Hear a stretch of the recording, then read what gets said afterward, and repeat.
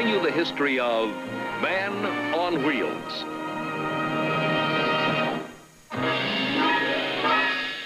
And now your host, Walt Disney.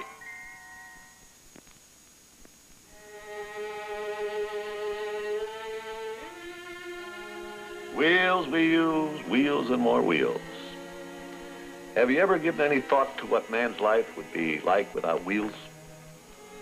Have you ever thought of how many things you use every day in which wheels of some sort play a part?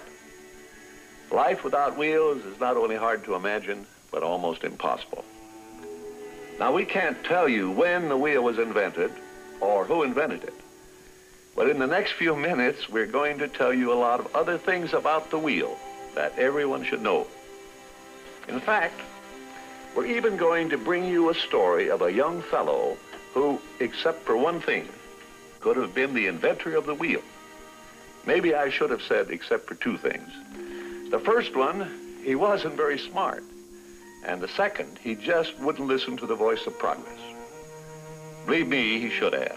For progress and wheels have been rolling right along together for many a year. But right now, let's get the wheels a-turning backwards. For we're going to start our show by going back, way back in time.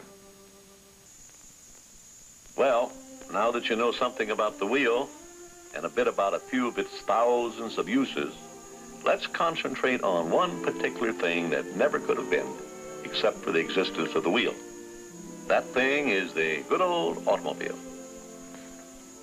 Now, according to the latest figures, there are 101,288,132 registered motor vehicles in the United States. At least that was the count an hour ago. Now, not counting all the gears and other kinds of wheels used in a car, but just the four that roll along the road, that means there are 405,152,528 wheels pounding the streets, freeways, and expressways of our country. And that many wheels, carrying that many cars, means problems.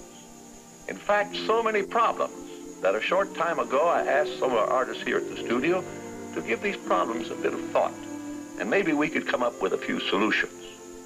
You know, artists are very talented people, but some of their ideas, well, you see what you think.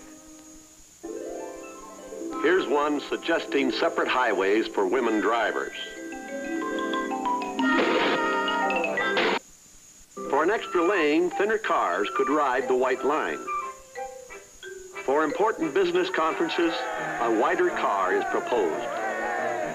Some drivers feel that cars should be equipped with anti-passing devices.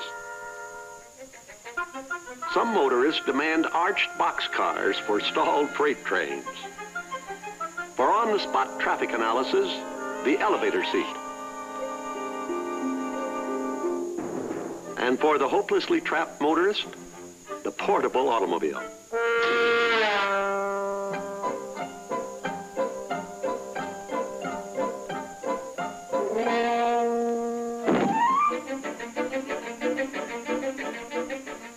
Here is the motorist's dream come true, the disposable highway vehicle.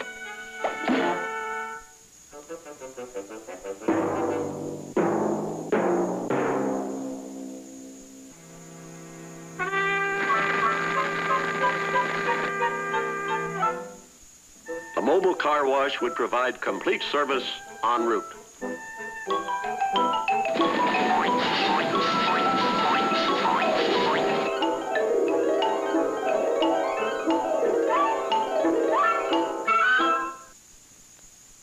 To combat driving fatigue, we might welcome the highway slumber bus.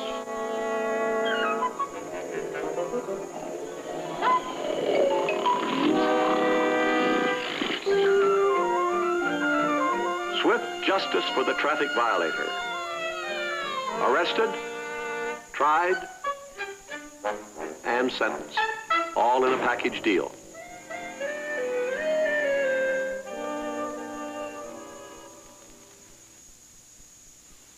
As I said before, artists are very talented people. But for some reason, those ideas just didn't seem to be the right answers to our driving problems. However, we're not ones to give up easily around here.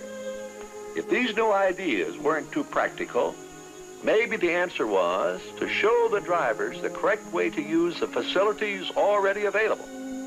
So it was back to the drawing board. This time, the results were different.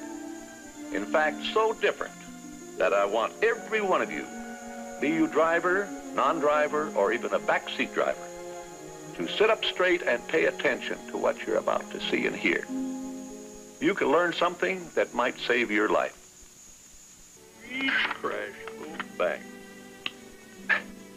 Well, I hope we solved some of your driving problems. And now I suppose you can't wait to get out your car and try out some of our suggestions.